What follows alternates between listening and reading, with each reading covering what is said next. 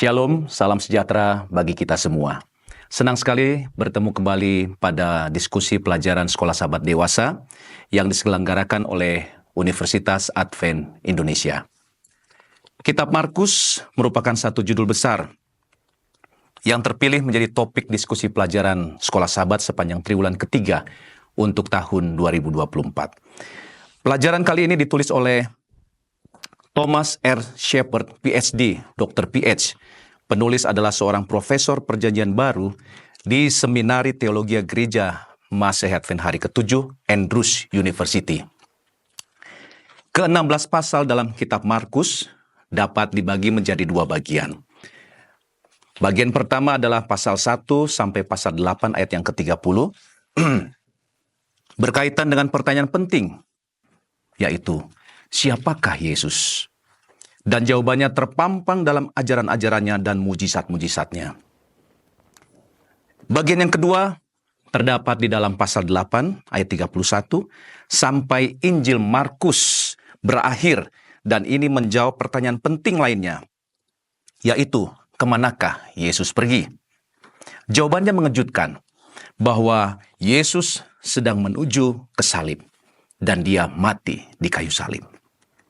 Namun bukan hanya sampai di situ, dia bangkit kembali lalu terangkat ke sorga. Dan inilah sebuah kisah yang sangat luar biasa, diceritakan kembali dalam sebuah gaya yang ringkas dengan sedikit ulasan dari penulis Injil Markus. Sederhananya, penulis Injil Markus hanya menceritakan kisah itu dan kemudian membiarkan perkataan Yesus, perbuatan Yesus, dan tindakan Yesus yang mengungkapkan sendiri mengenai kehidupan dan kematian Yesus dari Nazaret itu. Ayat hafalan kita pada pelajaran pertama ini diambil dari Markus pasal yang pertama ayat 14 sampai ayat yang ke-15. Saya bacakan. Sesudah Yohanes ditangkap, datanglah Yesus ke Galilea memberitakan Injil Allah. Katanya, waktunya telah genap. Kerajaan Allah sudah dekat. Bertobatlah dan percayalah kepada Injil. Kita sama-sama tunduk kepala dan kita berdoa untuk memulaikan diskusi pelajaran kita. Maha besar Allah kami Bapa yang bertakhta di dalam kerajaan surga. Terpujilah nama Tuhan pada pertemuan kali ini membahas diskusi pelajaran Sekolah Sahabat. Tuhan urapi kami dengan malaikat surga menuntun setiap pemikiran kami. Sehingga apa yang kami bahas boleh menjadi berkat bagi semua yang mendengarkan dan nama Tuhan yang dipermuliakan. Di dalam nama Yesus kami berdoa. Amin. Saya sendiri adalah James Ulireke dan saya ditemani oleh dua narasumber pada kali ini. Yang pertama adalah Bapak Dr. Harman Malau. Shalom Pak Harman. Shalom. Beliau adalah Ketua Pengurus Yayasan Universitas Advent Indonesia. Narasumber yang kedua kita adalah Bapak Yusran Tarihoran. Shalom Pak Tarihoran. Shalom Pak James dan shalom juga para pemirsa. Bapak Yusran Tarihoran adalah Sekretaris Pengurus Yayasan Universitas Advent Indonesia. Pelajaran Sekolah Sahabat kita sepanjang minggu ini berjudul Permulaan Injil. Berbicara mengenai Injil, sebaiknya kita menjawab dulu sebuah pertanyaan. Apakah Injil itu? Injil adalah kabar baik dari Allah kepada manusia yang membahas tentang kehidupan pengajaran Yesus yang harus diberitakan. Walaupun penulis Injil Markus ini tidak pernah menuliskan namanya di dalam ayat ini, namun tradisi gereja yang mula-mula mengindikasikan bahwa Injil Markus ditulis oleh seorang yang bernama Yohanes yang disebut juga Markus. Mengawali buku Markus dengan sebuah pemandangan ke belakang. Mengapa seorang misionaris gagal dan kemudian dipulihkan dan menulis sebuah naskah di Injil Markus. Dan untuk pelajaran hari Minggu kita akan dibantu oleh Bapak Harman Malau untuk menjawab pertanyaan yang perlu dijelaskan kepada kita semua. Bagaimana Markus ini diperkenalkan di dalam kitab dan mengapa Markus menarik diri dari perjalanan misionaris bersama Saulus dan Barnabas. Kami persilakan, Pak. Baik, terima kasih Pak James. Jadi pertanyaannya bagaimana Markus diperkenalkan dalam kitab para rasul.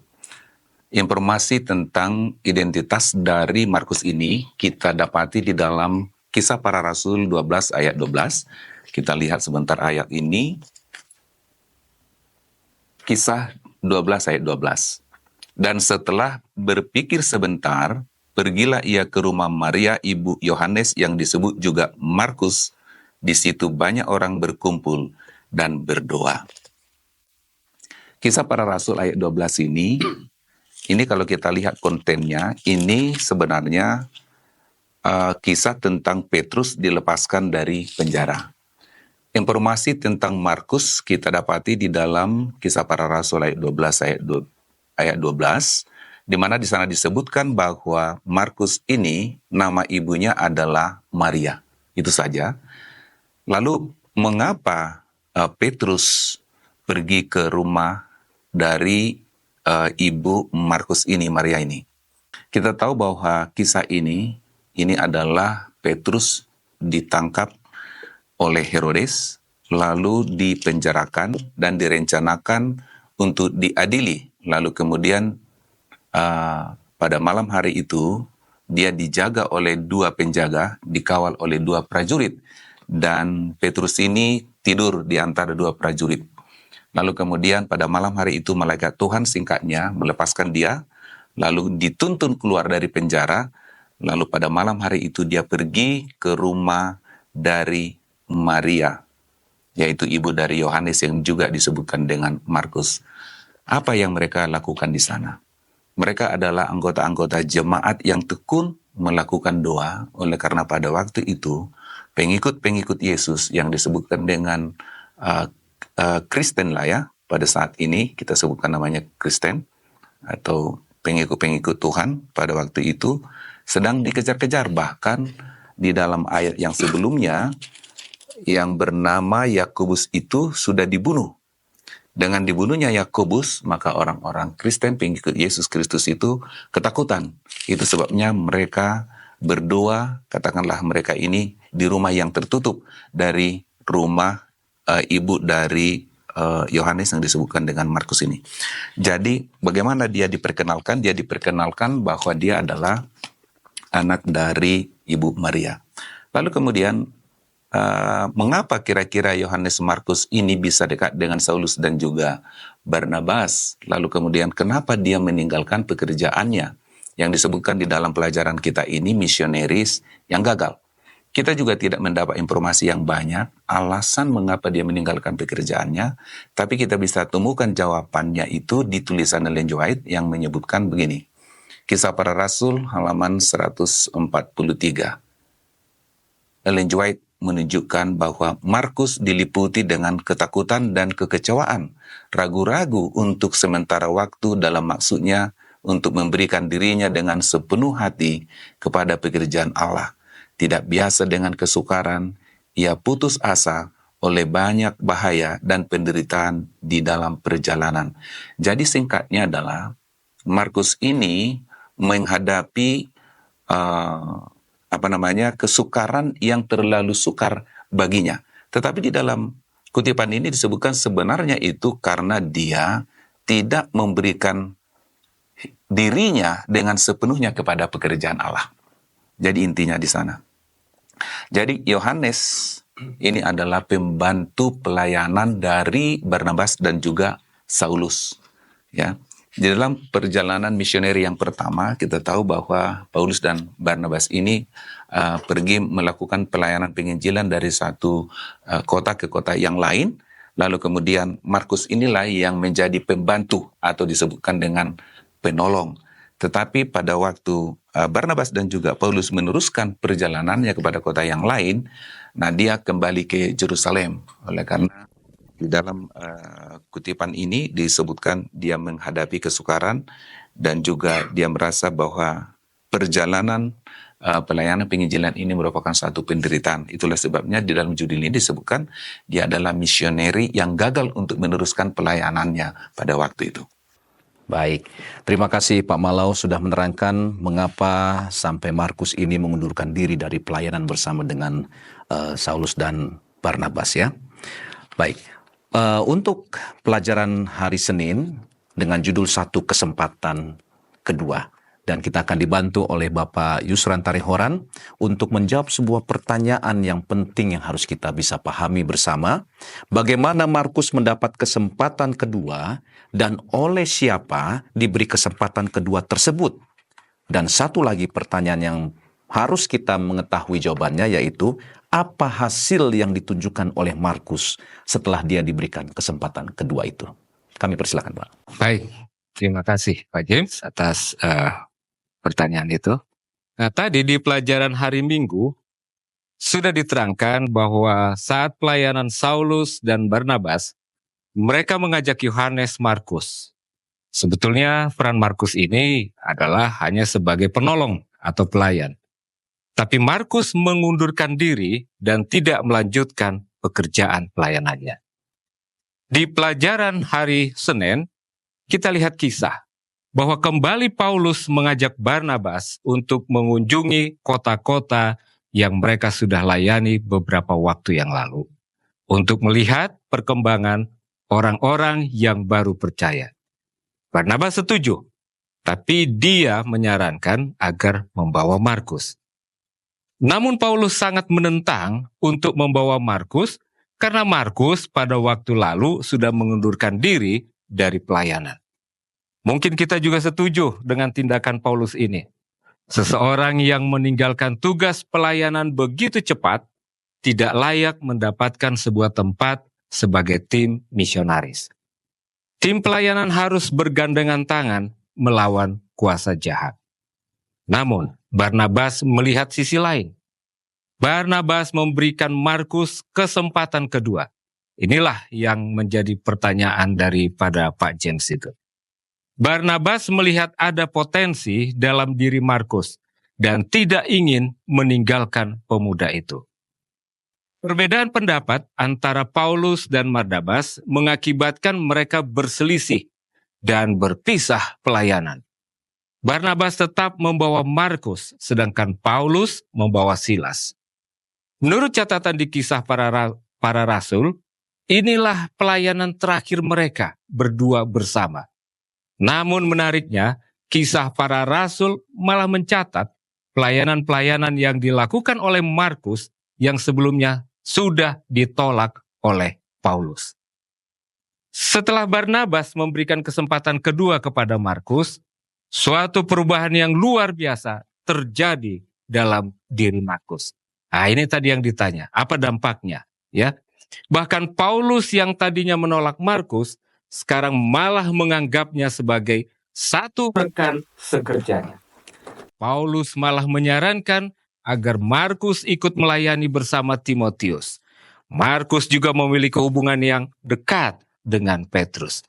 Di sini kita lihat bahwa betul tindakan yang dilakukan oleh Barnabas yang telah memberikan kesempatan kedua kepada Markus, sehingga Markus menjadi pelayan yang handal bagi Kristus Yesus. Kira-kira seperti itu, Pak James. Baik, terima kasih Pak Tarihoran. Jadi Markus ini sudah jelas pulih dari kegagalannya ya, dan dia menjadi rekan pelayan bagi Barnabas dan juga Paulus. Baik, kita masuk kepada pelajaran hari Selasa dengan judul Sang Utusan.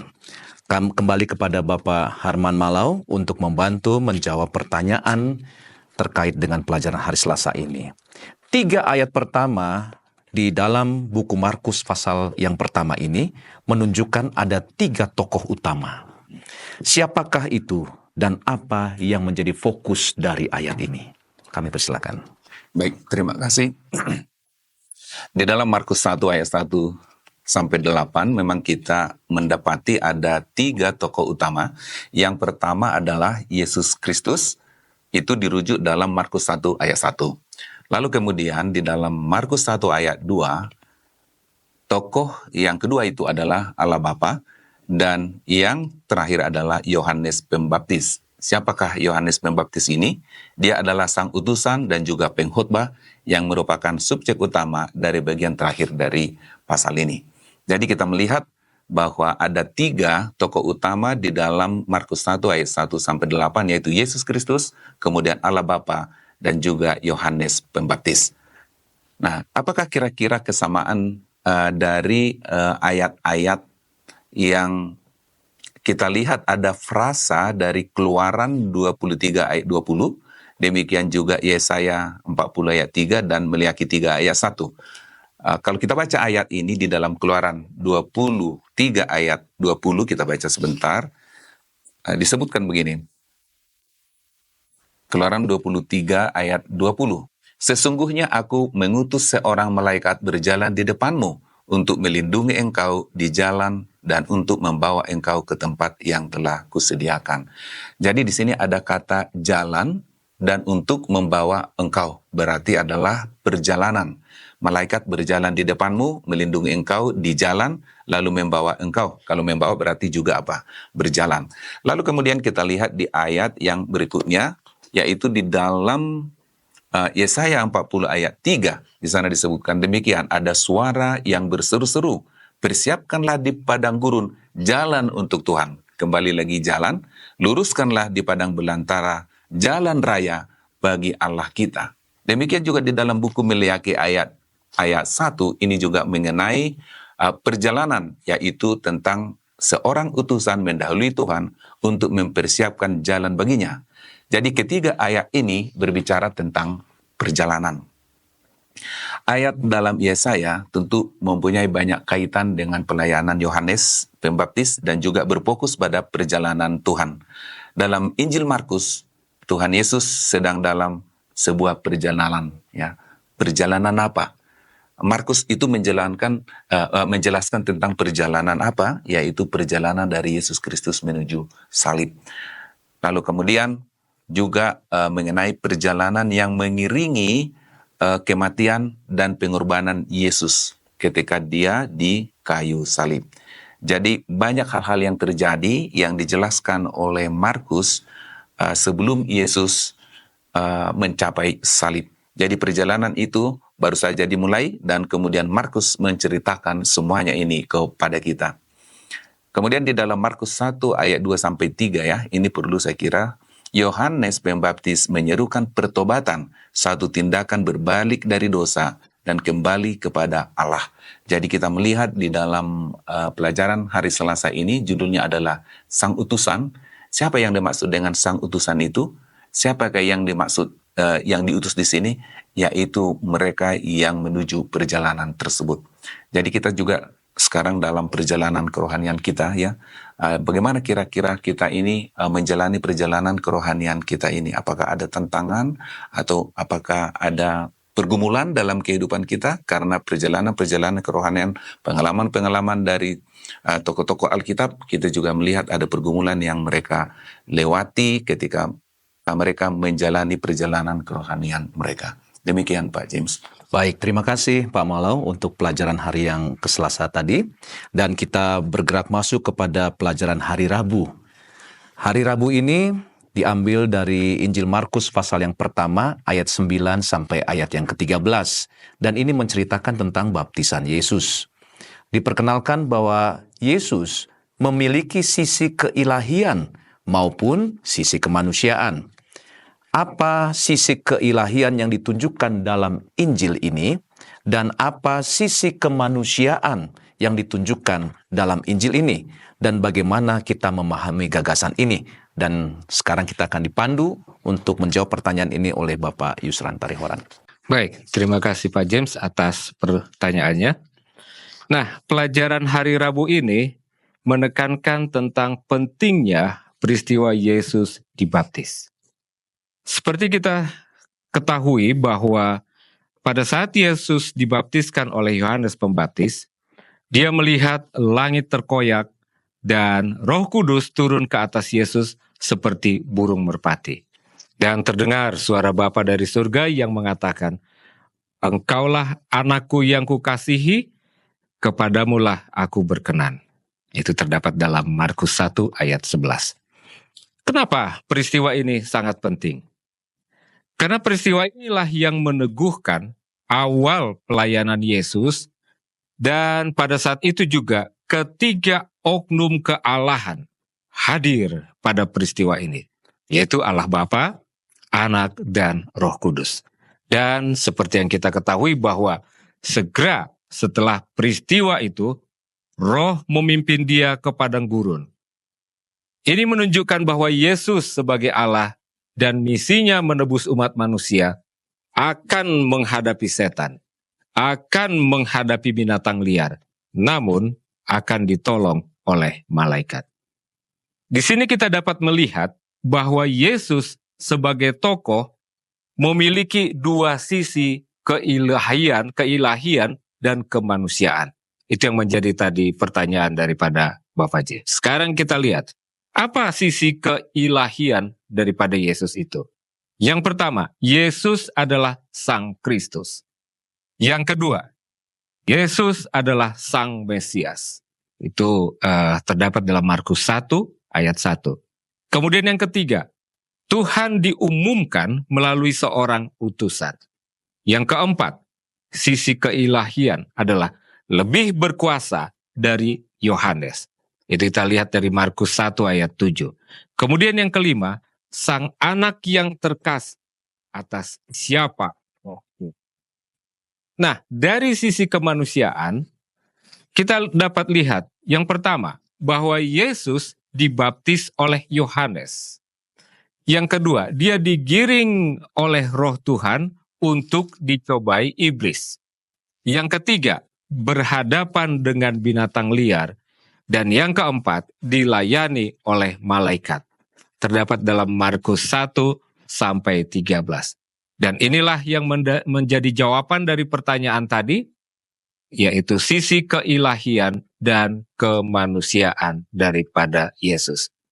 Selanjutnya Pak James, pertanyaan yang selanjutnya, bagaimana kita sepenuhnya memahami gagasan ini?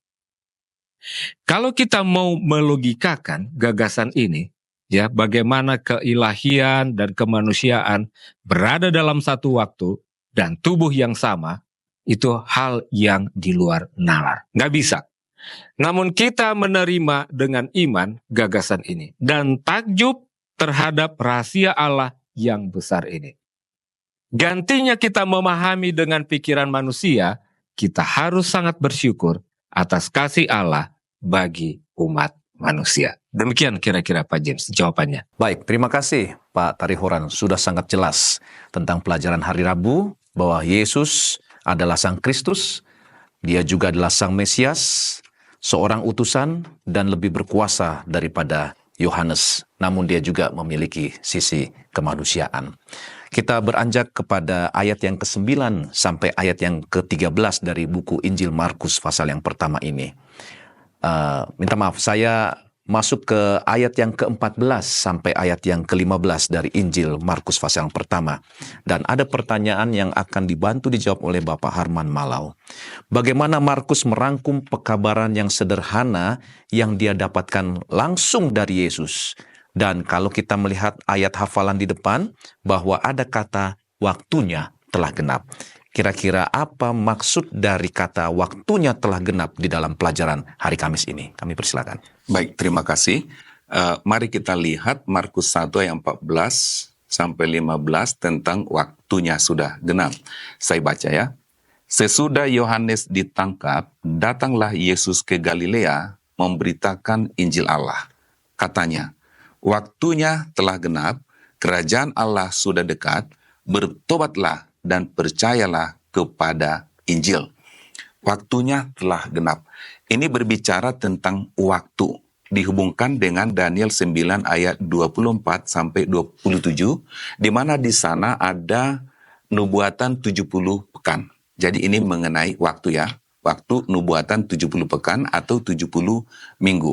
Jadi nubuatan ini menemukan penggenapannya pada pembaptisan Yesus di saat dia diurapi oleh Roh Kudus dan memulaikan pelayanannya di dalam Kisah 10 ayat 38. Nah, sekarang kita lihat Kisah 10 ayat 38. Bagaimana kaitannya Kisah 10 ayat 38 dengan waktunya sudah genap di sini? Kisah 10 ayat 38. Kisah 10 ayat 38 demikian bunyinya. Yaitu tentang Yesus dari Nazaret. Bagaimana Allah mengurapi dia dengan Roh Kudus dan kuat kuasa Dia yang berjalan berkeliling sambil berbuat baik dan menyembuhkan semua orang yang dikuasai oleh iblis sebab Allah menyertai dia. Yang perlu kita garis bawahi di sini adalah bagaimana Allah mengurapi dia di sini huruf besar dengan Roh Kudus. Kalau kita lihat sejarah yang dikaitkan dengan 70 minggu ini, kita tahu bahwa ini adalah nubuatan yang dimulai dari tahun 457 sebelum Masehi, ya. Lalu sesudah itu kita hitung waktunya itu, yaitu 69 pekan nubuatan itu akan berlangsung hingga tahun 27 Masehi. Apa yang terjadi tahun 27 Masehi? Yaitu tatkala Yesus dibaptiskan. Ketika Yesus dibaptiskan, kita tahu disitulah ada Roh Kudus, ya, yang diturunkan kepada Yesus Kristus. Roh Kudus di awal dari pelayanannya. Lalu kemudian di tahun 34, dari tahun 27 ke 34 itu 7 tahun, atau 7 tahun kita bagi 2, di tahun 31 disitulah Yesus Kristus dibunuh, disalibkan, kan gitu ya. Lalu tahun 34 di sana Stefanus dirajam, dan inilah menjadi permulaan pekabaran Injil kepada bangsa-bangsa kafir, bangsa-bangsa lain, dan juga kepada orang-orang Yahudi. Jadi disebutkan tadi pertanyaannya itu ditanyakan, apakah arti dari waktunya sudah genap? Jadi waktunya sudah genap di sini, ini adalah penggenapan dari baptisan Yesus Kristus di mana dia menerima Roh Tuhan. Ya, demikian Pak James. Baik, terima kasih Bapak Harman Malau. Jadi pemirsa, kita sudah belajar hingga sampai hari Kamis. Dan kita tiba pada kesimpulan bahwa Markus menyajikan Injil Yesus Kristus dalam konteks aktivitas Yesus bagi umat manusia. Injil sebagai kabar baik yang harus diberitakan tentang Yesus Kristus sebagai anak Allah, Yesus sebagai yang kudus, Yesus sebagai guru dan pengkhotbah, dan Yesus sebagai penyembuh. Pertanyaan aplikasi bagi saudara dan saya di dalam kehidupan kita yang wajib kita renungkan dan kita jawab di dalam hati kita masing-masing. Apa arti Injil Yesus Kristus bagi saudara dan saya? Yang kedua, apakah inti dari Injil yang saudara dan saya percayai? Dan pertanyaan perenungan yang ketiga adalah, saat ini media sosial adalah sumber dari banyak aspek kehidupan kita. Seperti bagaimana cara kita berkomunikasi, cara kita tetap berhubungan, cara kita berbagi berita, informasi, dan lain sebagainya.